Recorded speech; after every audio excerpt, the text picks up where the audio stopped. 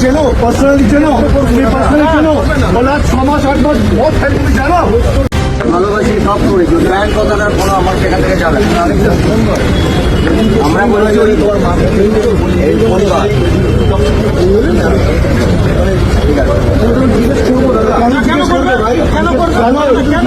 ওকে তুমি চেনো পার্সোনালি চেনো তুমি পার্সোনালি চেনো বলে 6 মাস 8 মাস বহুত হেল্প তুমি জানো বাজে কথা বলো না বাজে কথা বলো না এটা ভুল প্রশ্ন একজন মারা গেছে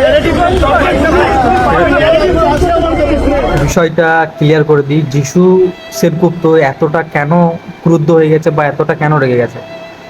বিষয়টা হচ্ছে অভিনেতা রাহুলের মৃত্যুর পর কিছু সাংবাদিক যখন যিশু সেনগুপ্তকে জিজ্ঞাসা করে তার বিষয়ে, বা তখন কিছু সাংবাদিক যিশু সেনগুপ্তকে বলে কি রাহুল নাকি নেশা করতো বা নেশা করে শুটিংয়ে গেছে। তো সেই শুনে যিশু সেনগুপ্ত ক্রুদ্ধ হয়ে যায় এবং মেজাজ তার গরম হয়ে যায়। সেটাই মানে তার থেকেই মানে এত বড় একটা জিনিস বা এত বড় একটা বিবাদ সৃষ্টি হয়ে যায় যে মানে যিশু সেনগুপ্ত সাংবাদিকদের বলে খুবই মানে রেগে গেছে। যিশু সেনগুপ্ত এখানে কষ্ট বোঝা যাচ্ছে। তো রেগে যাওয়াতে যিশু সেনগুপ্ত সাংবাদিকদের বলে যে তোমরা এভাবে প্রশ্ন করতে পারো না, কারণ তুমি তাকে পার্সোনালি চেনো না বা জানো না। তো এই জায়গায় যিশু সেনগুপ্ত খুবই একটা মানে আহত পেয়েছেন বা ওনার খুবই খারাপ লেগেছে।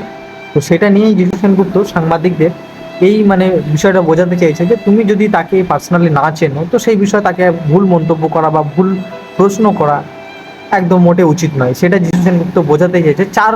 তার কারণে এই একটা যে বিবাদ আছে এই বিবাদটার সৃষ্টি হয়েছে।